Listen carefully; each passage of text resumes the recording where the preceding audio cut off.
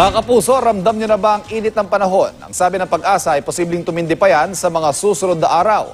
Ayon sa Department of Agriculture, tinatayang 100 milyong pisong halaga ng pananim ang masisira dulot ng mainit na panahon. Nakatutok si Mav Gonzalez.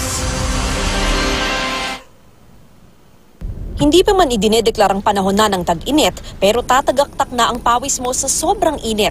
Nasa 32 degrees Celsius ang average na temperatura ngayon sa Metro Manila.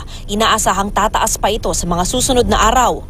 We could get as high as more than 40 degrees po ang mararanasan, lalo na po itong mga areas natin sa may Northern Luzon. Kabilang na dyan yung Cagayan area dito po sa may Tuguegarao. Ang ilang residenteng ito nakatambay sa bangketa imbes sa loob ng bahay. Lalabas ako, minsan pupunta ko doon.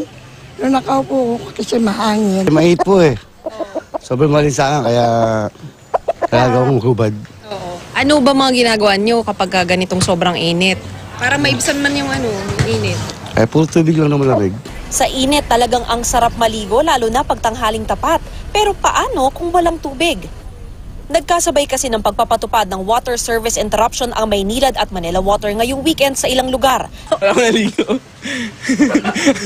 Kaya ang mga residente ng Barangay East Camias nag-iipon na bago mawalan ng tubig. Si Clara sinamantala ang paglalaba. Mahirap pag tubig ang mawala kasi siyempre lahat ginagamit talaga tubig.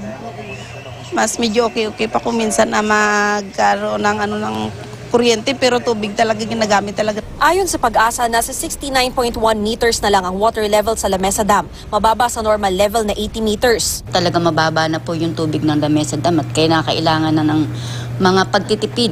Palagay ko magkakaroon ng rationing na lang kung hindi talaga mapipigilan itong pagbaba ng sto ng tubig.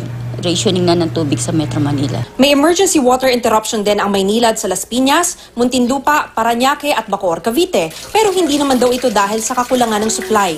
Ito po ay paghahanda ng activation ng bagong tayo.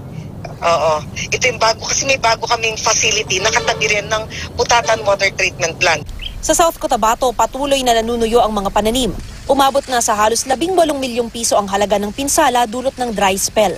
Kaya umaaray na ang mga magsasaka at nanawagan ng ayuda sa gobyerno. Inaasahang magdeklara na ng state of calamity sa buong bayan. Sa San Fernando City, La Union, apektado na rin ng labis na init ang mga alagang baka. Wala na kasing makaing damo ang mga ito dahil sa tuyong lupa. Mav Gonzalez, nakatutok, 24 oras.